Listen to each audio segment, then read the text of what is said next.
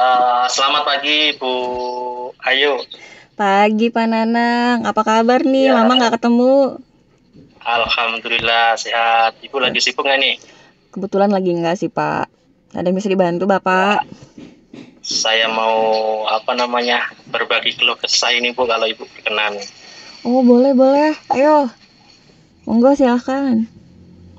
Gimana Baik, Pak? jadi gini, saya tadi tuh habis ngajar dari kelas 10H gitu ya. Jadi saya merasa jengkel sekali dengan salah satu siswa waktu saya ngajar itu. Jadi saya udah ngajar, ya kan di kelas itu, Mm-mm. tiba-tiba ada satu siswa itu izin ke toilet. Masa dia masuknya pas saya mau salam keluar, itu baru masuk dia. Jadi saya sempat emosi sedikit lah ibaratnya. Saya sangat jengkel sekali dengan anak itu. Jadi waktu Bapak mau ngajar, siswanya izin gitu. Terus, Iya, saya baru menjelaskan materi mungkin sekitar 5 menit lah. 5 menit izin, Pak saya toilet. Ya sudah, saya izinkan kan namanya ke toilet. mm-mm. Tapi nggak muncul-muncul. Pas saya mau 5 menit mau berakhir, itu anak itu baru masuk. Sudah mau jam Nah, terakhir ya, baru si anak ini masuk. betul. Itu Nah, setelah sudah, saya tanya itu, terus kamu Bapak? dari mana bilangnya? Kok dari toilet kok lama betul?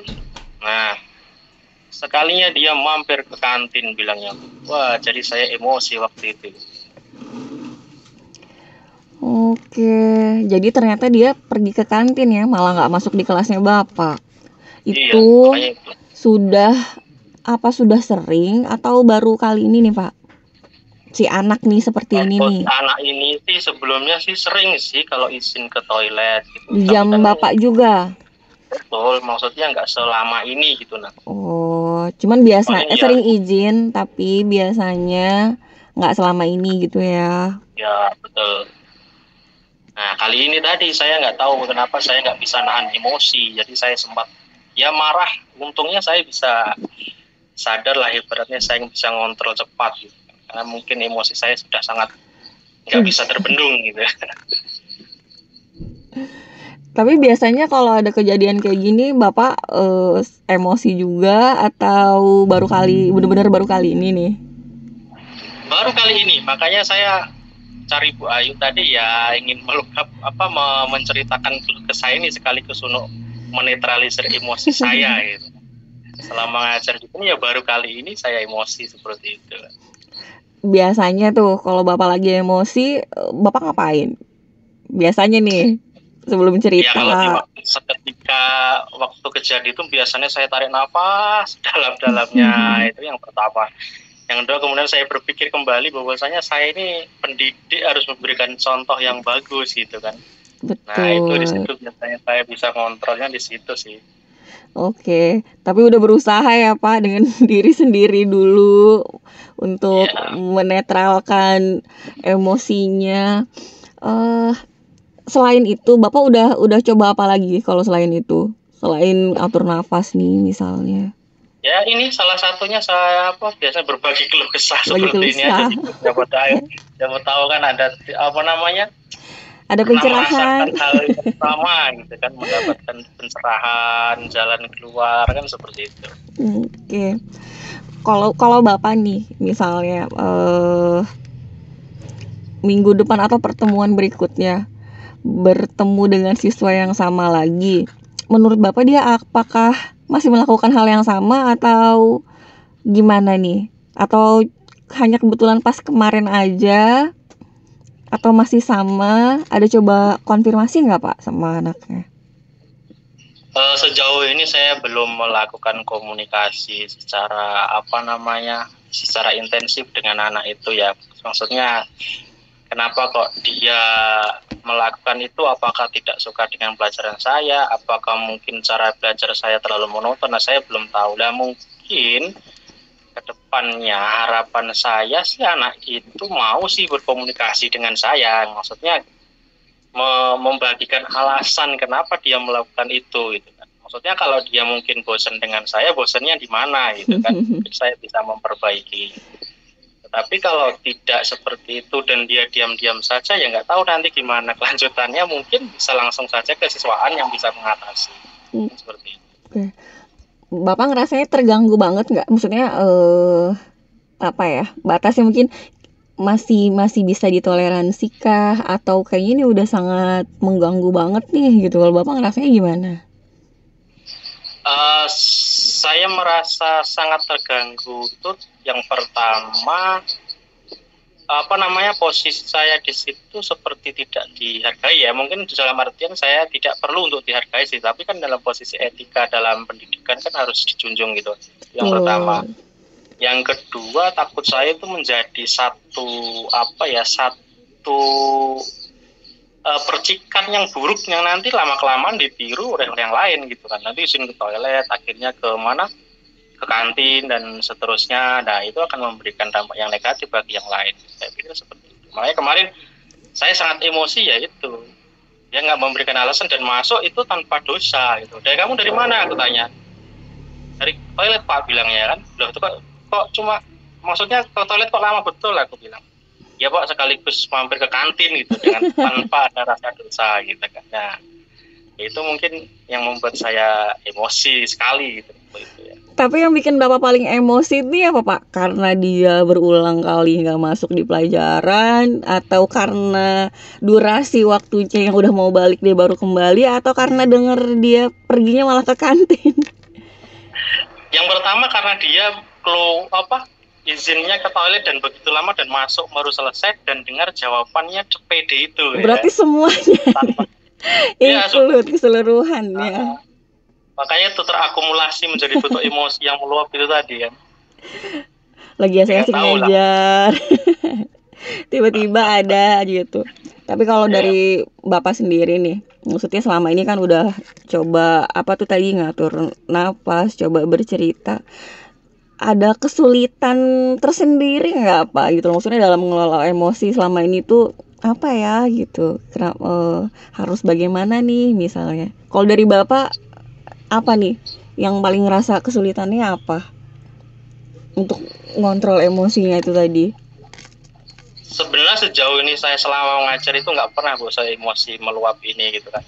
Cuma kita kan tahu setiap manusia kan memiliki keterbatasan untuk menahan emosi. Saya pikir seperti itu. Nah, sejauh ini setiap ada masalah itu saya mampu mengontrol emosi gitu. Tapi nggak tahu ya dengan ini atau mungkin sudah kelewat batas itu tadi gitu kan. Nah, makanya itu setelah itu saya merasa menyesal sih. Kenapa kok saya sampai emosi itu ya? Saya menyesal melakukan itu. Ya mungkin itu satu refleksi saya lah. Mudah-mudahan nanti ke depannya saya bisa mengontrol emosi saya lebih bagus dalam setiap kondisi. Oke, jadi Bapak ada ngerasa nyesal gitu ya? Maksudnya aduh kok jadi emosi banget nih gitu sama siswa yang satu ini.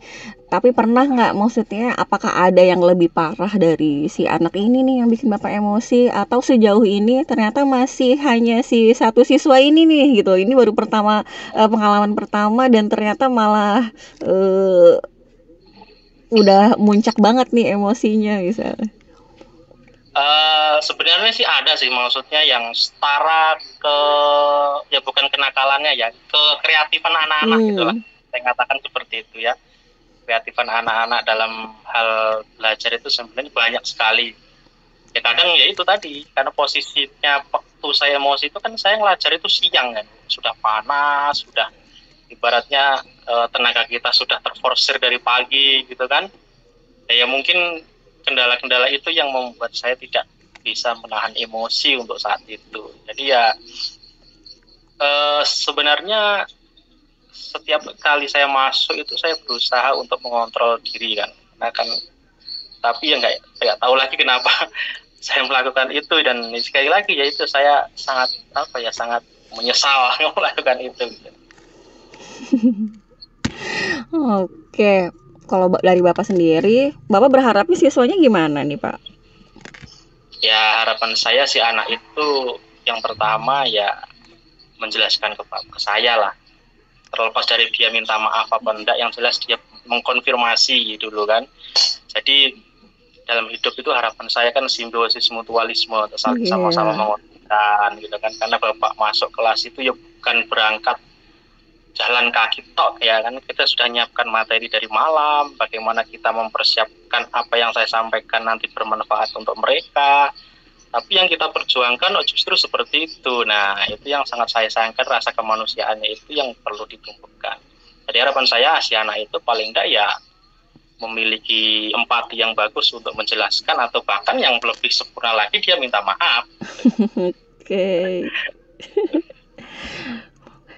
Kalau Bapak ingat-ingat lagi nih, tadi dari awal ya kita udah coba cerita. Bapak udah ketemu nggak kira-kira langkah apa nih setelah ini yang akan Bapak lakukan setelah berkeluh kesah, misalnya setelah mengungkapkan segala macamnya, kita coba cari tadi juga kira-kira si anak ini emang bener apakah hanya di jam Bapak gitu kan, atau ternyata hanya kebetulan kali ini yang agak lama. Nah, menurut Bapak setelah ini Bapak mau apa nih? Ke depannya sih saya akan berusaha untuk berusaha untuk biasa saja, maksud tidak terlalu membatasi dengan anak itu dan memperlihatkan emosi ya kan. Saya ingin membawa yang pertama, yang kedua saya ingin lebih intens lagi mungkin ya mengajak anak untuk komunikasi gitu ya. Siapa tahu kan apa yang dia lakukan itu bisa menjadi refleksi untuk saya, apakah saya mengajarnya terlalu monoton kah, atau mungkin cara komunikasi saya terlalu kaku kah, atau seperti apa gitu kan. Jadi itu tadi, meskipun saya sangat emosi, saya akan berusaha untuk sesabar-sabarnya lah ibaratnya untuk mengontrol emosi. Oke. Kalau Bapak sekarang rasanya gimana? Ya, sekarang sih udah ini ya. Udah lega sedikit ya. Lega lah. Alhamdulillah. Oke. Kira-kira nih nanti di pelajaran selanjutnya kan Bapak ketemu lagi nih sama si anak ini. Kita masih butuh ngobrol kah seandainya nih pada saat pertemuan ternyata masih nih gitu, atau ternyata sudah nih ternyata gitu. Mudah-mudahan sih sudah tidak dilakukan ya. Okay. Kalau seandainya masih tetap dilakukan, mungkin saya bisa berkolaborasi dengan kesiswaan barangkali untuk menggali lebih dalam tentang anak ini itu kan. Dia melakukan itu atas faktor saya sebagai guru yang tidak nyaman, atau mungkin ada faktor lain yang barangkali dia ada masalah di luar kah, atau mungkin apa yang membuat anak itu seperti itu, mungkin seperti itu sih. Oke deh. Ya, semoga cepat terselesaikan ya Pak gitu. Terus juga lega lah. Jadi biar ngajarnya juga enak gitu kan. Biar sama-sama siswanya juga belajarnya nyaman. Kita juga ngajarnya, apalagi kita udah nyiapkan macam-macam materinya nih, perangkat ajarnya, kontennya. Ya semuanya terbayarkan dengan kepuasan lah. Siap, terima kasih Bu Ayu atas sama-sama Pak Nanang. Jadi nggak usah ragu-ragu ya Pak. Kalau ada apa kita saling ini aja cerita. Ya, terima kasih. Oke. Selesai guys sesi 1. Oke. Jadi sesi 2. Yap. Durasinya lumayan nih, udah ada 13 menitan lewat. Oke, kita lanjut di sesi coaching kedua. Dimulai yang jadi coachnya adalah Pak Nanang. Oke. Siap? Tar.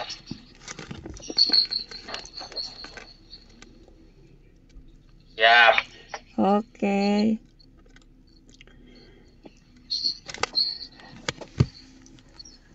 Selamat siang Pak Nanang. Selamat siang Bu Ayu, silakan masuk. Pak Nanang sibuk nggak? Tidak, ada yang bisa saya bantu? Saya boleh ganggu nggak Pak? Sebentar aja, nggak lama deh. Boleh. Silakan duduk dengan nyaman dan sampaikan apa kira-kira yang ingin Ibu sampaikan. Mungkin lagi baper aja sih kayaknya Pak. Jadi butuh masukan ya, setidaknya ada yang dengerin saya lah. Namanya kalau lagi baper kan ya ngontrol segalanya jadi mut-mutan, jadi agak susah, nggak nyaman gitu.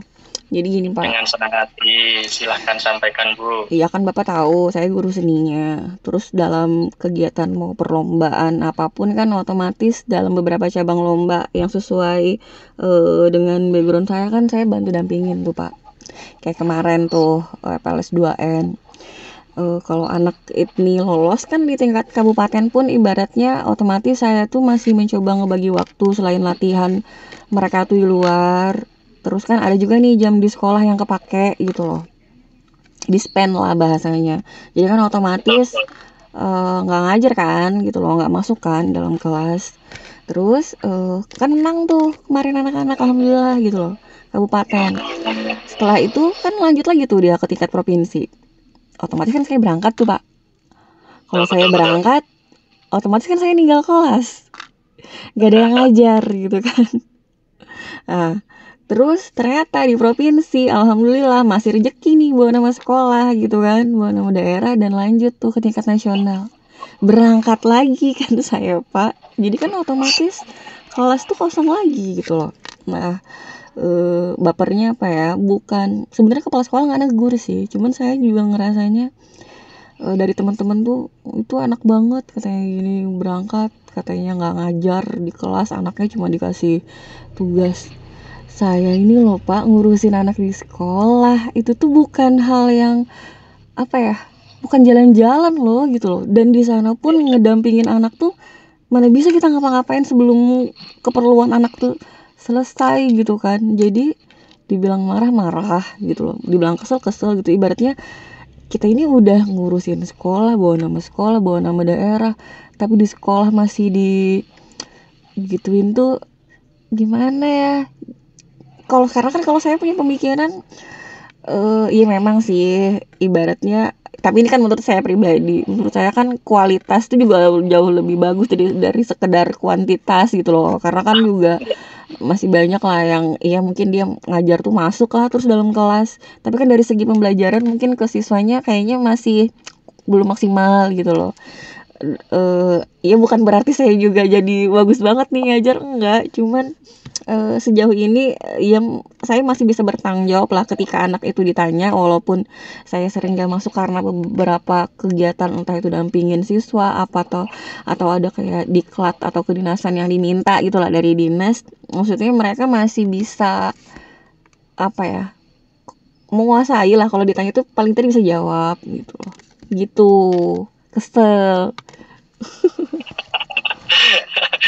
Jadi dari apa namanya yang Ibu ceritakan itu, kalau saya garis bawahi, jadi letak permasalahannya itu sebenarnya di apa ya, kesalahpahaman orang melihat saya ya, kesalahpahaman orang melihat Ibu itu kelihatannya apa kayak namanya, senang aja kelihatannya hanya jalan-jalan kemudian senang-senang, tapi di balik itu sekalinya enggak. Nah gini Bu, jadi kira-kira dari segala yang Ibu ceritakan itu sebenarnya yang Ibu inginkan seperti apa toh? Ya pengennya ya setidaknya ucapan terima kasih, bukan nggak minta dihargain yang secara harus, enggak sih gitu loh. Maksudnya setidaknya paham gitu loh, paham kondisi ketika kita lagi mendampingin itu. Ya jangan dicari-cari apa ya kesalahan, kayak seolah-olah kalau nggak masuk kelas ini tuh kayak fatal banget gitu loh. Itu loh ini anaknya gini. Ya kan ibarat kata saling berbagi nih, yang satu lagi dampingin anak ini, yang di sana ya bantu handle apa mungkin, maksudnya kerjasama yang seperti itu. Ya memang nggak semua sih gitu, cuman memang ada beberapa, apalagi kalau kita berurusan sama yang senior agak-agak gimana ya gitu loh. Susah, maksudnya susahnya takut salah ngomong gitu loh, takut salah ngomong kan akhirnya salah pahamannya jadi lebih berkepanjangan gitu loh Pak. Ya kalau saya sih pengennya gitu loh.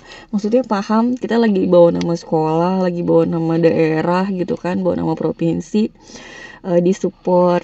Ya ibarat kata tuh ya kalau udah nggak bantu apa-apa ya nggak usah nyinyir. Kan gitu. Oke.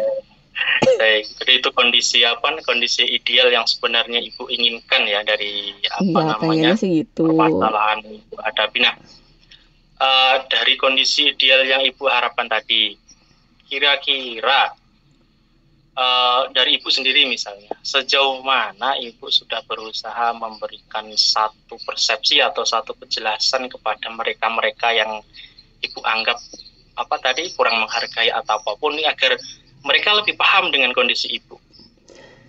Nggak ada sih Pak, maksudnya apa ya, ya mungkin salahnya saya juga namanya dengar dari temen ya gitu loh, walaupun kita nggak tahu jelas seperti apa, tapi kayak udah bisa ngebayangkan, waduh gitu loh, masa sih gitu loh lagi ditinggal ada aja gini. Apalagi kan kita punya grup kelas ya, kadang kan di grup ini kelasnya kosong misalnya, terus anaknya ada yang berantem atau ada yang apa, itu kan gitu kayak rasa gimana. Nah bersyukur ya kan kalau ada temen yang tiba-tiba oh iya nanti saya bantu handle misalnya, aduh seneng banget nih, kira kan posisinya jauh. Apalagi kalau misalnya kepala sekolah ikut ambil peran lah di situ, setidaknya menengahi bahwa ya maklum ibunya lagi ini misalnya gitu, jadi mohon teman-teman bisa bantu kondisikan atau yang bagaimana gitu ya, ibaratnya ya kalau mau jalan ya dampingin lah gitu kan. Anaknya lomba biar gantian ya kan, kita ngurusin anak-anak itu nggak cuman apa ya, cuman sekedar badan atau raganya ada ya, dari tenaga ya, pikiran ya, waktu ya, materi gitu loh. Dari sekolah ya kita bukan ngebahas hitung-hitungan ya, maksudnya berapa sih gitu loh, tapi kan kita tahu anak-anak itu juga nggak semua gitu loh Pak, guru itu yang mau apa ya, serta merta ngurusin anak-anak yang punya bakat, yang punya ini. Kadang pun misalnya ada yang gitu disuruh dampingin ya nggak maksimal gitu loh menurut saya. Kayak misalnya kalau ada kegiatan lomba yang dipakai hanya waktu pada saat anaknya di sekolah, jadi dispen. Nah kalau saya kan enggak, dispen di sekolah itu tuh hanya udah dekat waktu mau berangkat nih, tapi selama proses mulai dari dia pulang sekolah misalnya sore, kalau di malam misalnya ada waktu sambil malam, sambil ya kalau misalnya pas lagi nggak ketemu masih bisa sharing secara online gitu kan, entah itu by phone atau WA. Ya banyak gitu loh, belum waktu lombanya, belum persiapannya, kita kan juga jaga mood anak secara psikologis, kita nggak bisa nekan anak juga kan, karena kan yang lomba mereka gitu loh. Jadi sepusing-pusingnya itu ya urusan yang pembina aja, ini kita udah pusing, udah bawa nama anak sekolah, bukan anak kita pula gitu kan, terus masih digituin, gimana ya rasanya, pasti kesel sih. Baik, saya paham mungkin yang ibu rasakan seperti apa, tapi mungkin kita sebagai guru nggak mungkin kan ibaratnya stop hanya masalah itu, ibaratnya kita kurang dihargai atau apa. Nah, kira-kira ibu dalam kondisi seperti itu ada nggak langkah-langkah atau mungkin tips dalam diri ibu untuk menetralisir agar hal-hal itu tidak mengganggu ibu dalam beraktivitas gitu kan, khususnya dalam mendampingi anak-anak kan. Nah, mungkin hanya seperti itu terus kita meninggalkan anak-anak, tidak mendampingi lomba, kan sayang juga anak-anak. Iya. Nah, kira-kira dari ibu sendiri apa yang sudah dilakukan untuk menetralisir hal-hal itu semua gitu? Tutup telinganya sih Pak. Cuek gitu loh, maksudnya berusaha cuek terus ya ketika ketemu sama beliaunya nih misalnya, itu jadi berusaha bukan menghindari juga sih, maksudnya ya sekedarnya aja gitu, walaupun juga nggak tahu, karena kan saya juga nggak bisa nuduh kan, tiba-tiba ibu bilangin ini saya ya udah kan nggak mungkin gitu, walaupun itu dari teman yang lain, tapi ya interaksinya ya secukupnya aja lah gitu. Karena kalau masih kepala sekolah masih percaya dan apa ya, masih support aja, kayaknya saya yang nggak apa-apa lah gitu, maksudnya menahan itu semua, kecuali kepala sekolahnya ikut-ikutan ini kan lucu dong. Kalau kepala sekolahnya juga ikut-ikutan. Baik, kalau kita ambil level 1 sampai 10, kira-kira posisi ibu dalam mengontrol situasi itu berada di level berapa? Berapa ya? Ini mau nggak mau sih sebenarnya ya. Sebetulnya termasuk dibilang buat beberapa orang kayaknya terserah deh orang mau ngomong apa, masih biasa aja nih. Tapi kalau di saya, kalau denger yang kayak gini-gini tuh mungkin di 8 kali ya Pak, mungkin di 8 gitu loh. 8 iya ya? maksudnya lumayan mengganggu gitu loh, lumayan mengganggunya. Jadi kita kan serba salah juga ya, mau diambil nanti gini lagi, apalagi misalnya dalam setahun kita tahu kan agenda lomba tuh sekian banyak. Nah terus kalau diserahin lagi pasti udah pikirnya nanti di ini lagi gitu loh, padahal kan nggak gitu sih gitu loh. Ya udah ya segitulah kalau urusan hati dan perasaan. Baik, ya, poin sangat sangat apa namanya, saya merasakan betul apa yang ibu rasakan. Nah dari poin 8 tadi, kira-kira nanti kedepannya ibu ingin menyempurnakan diri ibu untuk tidak katanya tidak ingin mengabaikan kondisi itu dan fokus ke tujuannya, yaitu mensukseskan murid-murid itu. Kita kira-kira nanti kan naik level berapa? Apakah langsung level 10 atau level 9? 9 mungkin ya Pak, ke 9 dulu deh ya kayaknya. Nah kira-kira langkah ibu ke depan ini untuk mencapai level 9 dengan kondisi yang ibu rasakan seperti itu, kira-kira seperti apa? Untuk menetralisir keadaan dulu ya, mau nggak mau saya harus cerita juga lah paling nggak sama kepala sekolah gitu kan, biar kepala sekolah tuh kan tahu kondisinya gitu loh. Sudah ini kan permintaan dari sekolah, kepala sekolah udah nunjuk ya, setidaknya bapak bisa bantu backup itu gitu loh, supaya maksudnya guru-guru lain tidak ikut terpengaruh dan berpikir jauh lebih salah paham lagi gitu kan. Karena susah sih Pak kalau nggak ngerasain sendiri, dampingin anak ikut ke sana itu gitu kan, nggak tahu gitu loh ngerasainnya. Tahu gila kita kan kalau lagi di luar juga postingnya kan juga yang lagi seru-serunya aja, nggak mungkin kan pas lagi capek-capeknya kita, maksudnya lagi ngeluh atau apa kita posting juga, kayaknya nggak profesional banget gitu loh. Jadi ya cerita sama kepala sekolah, semoga kepala sekolah bisa pahamin. Mungkin belajar ngontrol supaya nggak telan mentah-mentah kali ya, maksudnya omongan atau yang penyampaian dari beberapa teman gitu kan ya, walaupun mungkin ada faktanya juga gitu, cuman nggak yang langsung dimasukin ke hati mungkin, atau mencoba berpikir positifnya tadi ya mungkin karena ibunya belum pernah ya kan, jadi nggak tahu seperti apa sih rasanya ya. Kalaupun nanti akan terjadi lagi, nanti saya suruh aja ibunya, ibu aja nih nextnya yang ini yang ngurusin. Baik ya. Mudah-mudahan level 9 itu bisa tercapai ya. Amin. Tapi dan itu tetap semangat ya, karena saya tahu kan ada orangnya energik, orangnya aktif. Jadi saya pikir kondisi itu ibarat kita sebagai bumbu aja ya, bumbu kita sebagai sebagai guru ya kan, dalam proses menciptakan, memfasilitasi anak-anak untuk berprestasi kan.